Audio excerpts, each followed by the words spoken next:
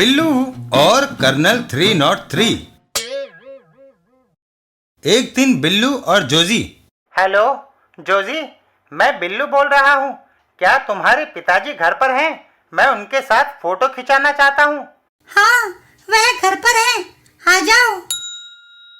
पापा, बिल्लू तुम्हारे साथ फोटो खिंचवाना चाहता है। उसे कह दो कि मैं घर पर नहीं हूँ। मगर मैंने उसे आने के लिए कह दिया है। मैं उस शरारती लड़के के साथ फोटो नहीं खिंचवाना चाहता।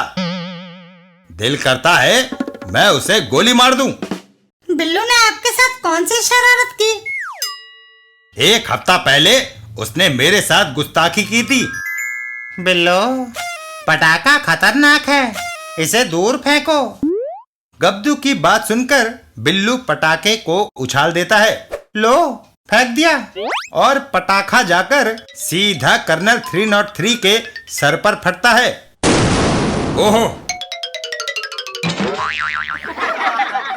ओहो, कर्नल 303, अनजाने में गलती हो गई।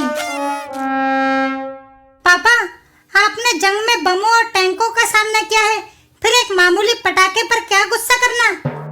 इतना कहकर जोजी चली जाती है। मुझे कोई ऐसी तरकीब सोचनी चाहिए कि जोजी नाराज ना हो और फोटो भी ना खिंचवाना पड़े।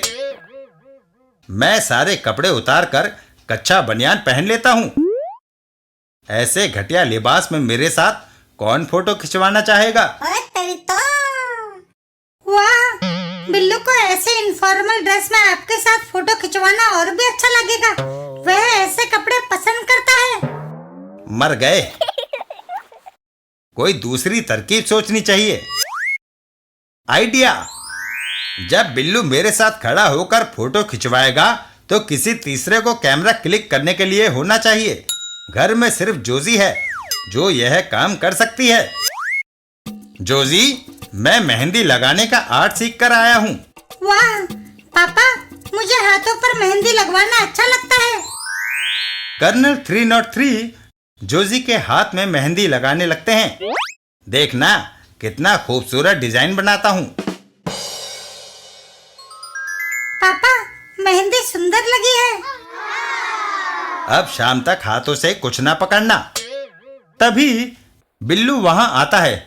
मैं आ गया कर्नल साहब, आपने मेरी पसंद का लिबास पहना है। मुझे आपके साथ फोटो खिंचवाना अच्छा लगेगा। बिल्लू, एक समस्या है। जब हम दोनों एक साथ खड़े होंगे तो कैमरा क्लिक कौन करेगा? जोजी ने हाथों पर मेहंदी लगाई है, वह कैमरा नहीं पकड़ सकती। इसलिए आज फोटो खिंचवाना स्थगित कर दो। फोटो आज ही खींचेगा। यह कैमरा ऑटोमेटिक है कर्नल साहब, अपने आप फोटो खींचता है। और फिर उन दोनों का फोटो क्लिक होता है। मुस्कुराइए। बो हो।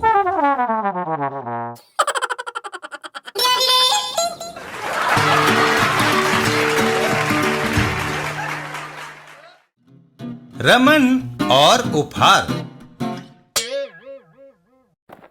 एक दिन रमन का बॉस रमन के घर पर आया। रमन, दिवाली मुबारक। सर, आपको भी। तुम मेरे सबसे होनहार और मेहनती कर्मचारी हो। मैं तुम्हें उपहार में आतिशबाजी और 200 रुपए की तरक्की देता हूँ। Thank you sir. Boss gift देके चले जाते हैं। आए रमन, इतने सारे पटाखे। मोगा सिंह, ये मुझे सर ने दिए हैं। लाओ, इन्हें चलाएं। ठीक है। रमन एक रॉकेट जलाता है। रॉकेट हवा में उड़ता हुआ सीधा जाकर बॉस के सर पर गिरता है। ओहो! बॉस और रमन, नौकरी से तुम्हारी छुट्टी। ओए!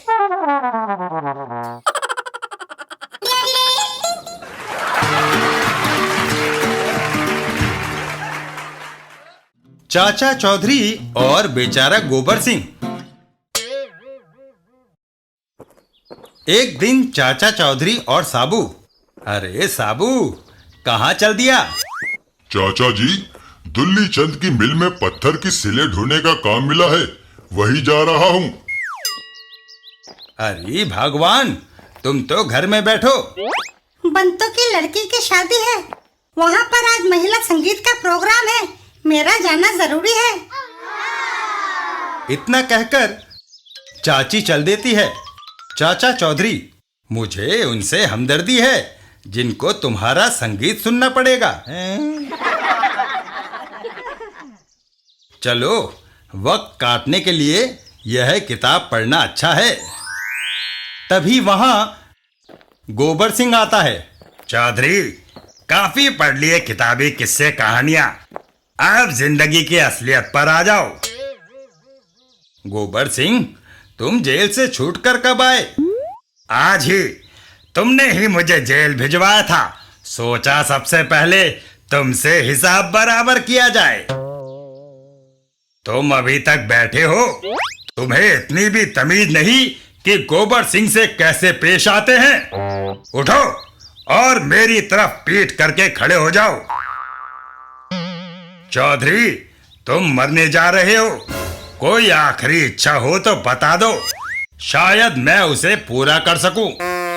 गोबर सिंह, मुझे सीटी बजाना अच्छा लगता है, एक बार वह बजा लेने दो।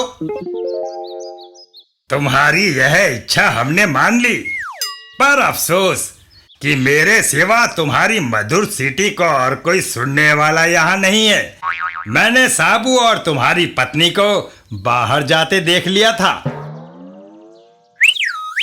तभी चाचा चौधरी की सीटी की आवाज सुनकर रॉकेट खिड़की से निकलकर गोबर सिंह पर झपट पड़ता है।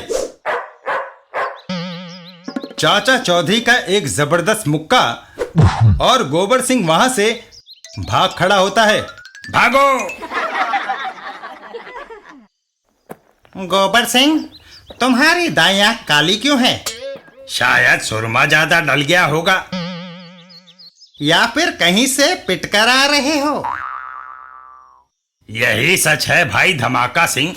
चाचा चौधरी को अकेला देखकर मैं उसे मारने गया था, पर उसकी सीटी का इशारा सुनकर उसका कुत्ता मुझ पर टूट पड़ा। बड़ी मुश्किल से जान बचाकर आया हूँ। तुझे शर्म आनी चाहिए, डाकुओं का बादशाह एक चूहे से पिटकर आ गया। लो यह स्टेनगन, जाकर सारी गोलियां चाचा चौधरी के पेट में उड़ेल दो। गोबर सिंह स्टेनगन लेकर चाचा चौधरी के घर की ओर चल देता है। उसे देखते ही मैं भून कर रख दूंगा। इस बार सीटी बजाने का चांस भी उसे नहीं दूंगा। इधर चाचा चौधरी, रॉकेट, बाहर जाओ और घूमो फिरो, यहां तुम्हारी जरूरत नहीं। वह मेरी मार के दायरे में है, अभी वह जिंदा है, अगले ही क्षण उसकी लाश जमीन पर पड़ी होगी। ऐसा सोचकर गोबर सिंह फायर खोल देता है। तभी यह क्या, अचानक यह पत्थर की सिल बीच में कहां से आ गई? साबू, लाला दुल्ली चंद की पत्थर की सारी सिलें जब मैंने ढो दी तो उसने मुझे यह एक सिल घर ले जाने के लिए दे दी। अरे, सारी गोलियां खत्म हो गई। गोबर सिंह, अब हमारी बारी है। साबू पत्थर की सिल को छोड़ देता है, जो सीधा गोबर सिंह के ऊपर आ गिरती है। बचाओ, मुझ पर रहम करो। पहले वादा करो, फिर कभी इधर का रुख नहीं करोगे। मेरी तौबा। साबू पत्थर की सिल को उठा लेता है। तुम जा सकते हो। धमाका सिंह और गोबर सिंह। गोबर सिंह, तुम पापड़ कैसे बन गए? क्या तुम्हारे ऊपर से रोड रोलर निकल गया? उससे भी बुरा। हाय!